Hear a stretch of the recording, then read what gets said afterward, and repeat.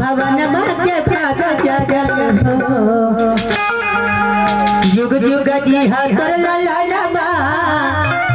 भवन मध्य प्राग जगल हो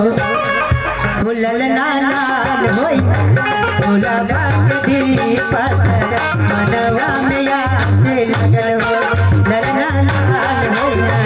फूला बाग दीपक मनवा में आसे लगल हो युग युग जीहा कर लाला नामा बाबा मध्य भाग जगल हो युग युग जीहा कर लाला नामा बाबा मध्य भाग जगल हो ललना नाल होई फूला बाग दीपक मनवा में आसे लगल हो ललना नाल होई फूला बाग दीपक मनवा में आसे लगल हो।